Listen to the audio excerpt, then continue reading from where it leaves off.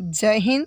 नमस्कार दोस्तों, आप सबों का स्वागत है Jai Maa Shardev coaching centre and YouTube channel में।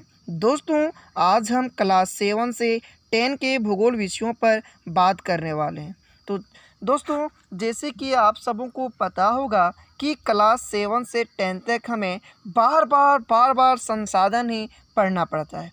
तो हमारे माइंड में घूमता है कि संसाधन बार बार क्यों पढ़ना पड़ता है। दोस्तों, संसाधन एक चैप्टर जो है बहुत ही महत्वपूर्ण चैप्टर है। तो चलिए आज हम इस चैप्टर को कंप्लीट कर लेते हैं। दोस्तों, हम संसाधन को बारीकी से बताने की कोशिश करेंगे और पूरे चैप्टर को बताएंगे। तो शुरू करते हैं आज हम संसाधन को। दोस्तों, देखते बहुत सारे लोग कहते हैं कि जल एक महत्वपूर्ण संसाधन है, हवा महत्वपूर्ण संसाधन है, यानी हमारे लिए सभी महत्वपूर्ण संसाधन है। तुम चलिए कुछ संसाधनों के पहले नाम ले लेते हैं। मास्क, सैनिटाइजर, साबुन, मोबाइल फ़ोन, पंखा, चार्जर, कुर्सी, यातायात के साधन, ये सभी संसाधन है। अभी महामारी से बचने के लिए मास्क का प्रयोग करते हैं, सैनिटाइजर का प्रयोग करते हैं, साबुन का प्रयोग करते हैं। तो ये सभी महत्वपूर्ण संसाधन अभी के लिए हो गया है।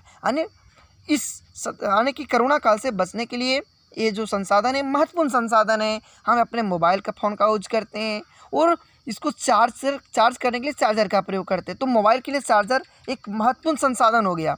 तो इसी प्रकार एक जगह से दूसरे जाने के लिए यातायात के साधन का प्रयोग करते हैं। तो यातायात के साधन भी एक महत्वपूर्ण संसाधन होंगे। अतः हम कह सकते हैं जो हमारे कामों को सरल बनाए उसे हम संसाधन कहते हैं। तो चलो संसाधन की एक बार हम परिभाषा जान लेते हैं।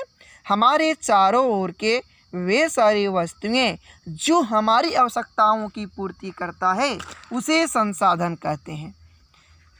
तो समझ में आ गया होगा दोस्तों कि जिसका प्रयोग हम अपने कामों में करते हैं वही वस्तु संसाधन बन जाती है।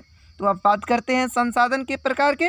संसाधन के मुख्यतः 3 प्रकार होते हैं, लेकिन कहीं कहीं अब 2 ही पढ़ने को मिलता है, लेकिन हम लोग तीनों संसाधन को जान लेते हैं। तो जो पहला संसाधन है प्राकृतिक संसाधन, दूसरा मानव निर्मित संसाधन और तीसरा मानव संसाधन। प्राकृतिक संसाधन ईश्वर द्वारा दिए गए संसाधन हो गया। मानव निर्मित यानी मानव जिसको बनाया है, और मानव संसाधन यानी मानव एक संसाधन खुद ही संसाधन है दोस्तों। तो दोस्तों चलिए शुरू करते हैं कि प्राकृतिक संसाधन किसे कहते हैं। तो वे सारी वस्तुएं जो हमें ईश्वर द्वारा निःशुल्क उपहार में प्राप्त हुए हैं उसे प्राकृतिक संसाधन कहते हैं, जैसे जल, मृदा, हवा आदि। देखिए दोस्तों, जैसे कि अगर कहीं कोई फंक्शन होता है, कोई पार्टी, बर्थडे पार्टी हो, शादी विवाह हो, किसी तरह का कोई फंक्शन हो, तो हम लोग अपने दोस्तों को, अपने रिलेशन को गिफ्ट करते हैं, किसी प्रकार की गिफ्ट करते हैं। ठीक उसी प्रकार ईश्वर ने हम लोगों को जन्म दिया और जन्म देने के पीछे ईश्वर ने हम लोगों को प्राकृतिक संसाधन को गिफ्ट किया है। यानी जो ईश्वर दिया है, जो वस्तु में ईश्वर दिया है और हमारे कामों में प्रयोग आता है, तो वही तो हो गया प्राकृतिक संसाधन। आगे बात करते हैं मानव निर्मित संसाधन किसे कहते हैं। प्रकृति में उपलब्ध किसी पदार्थ का मूल रूप मानव द्वारा अपनी उपयोगिता के आधार पर बदल दिया जाता है, तो वह मानव निर्मित संसाधन कहलाता है। जैसे ईंट, लकड़ी के फर्नीचर।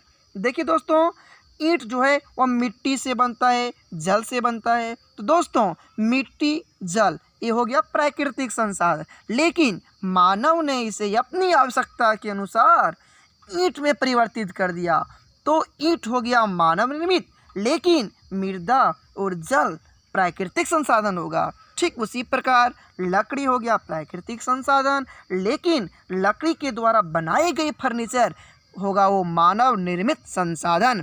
तो अगला बात करते हैं मानव संसाधन किसे कहते हैं। तो दोस्तों सटीक भाषा में समझें तो एक पढ़े लिखे मानव, एक वैसे मानव जो विकसित करते हैं, किसी वस्तु को बनाते हैं या अपने देश को विकसित करने में मदद करते हैं, वही मानव संसाधन होता है।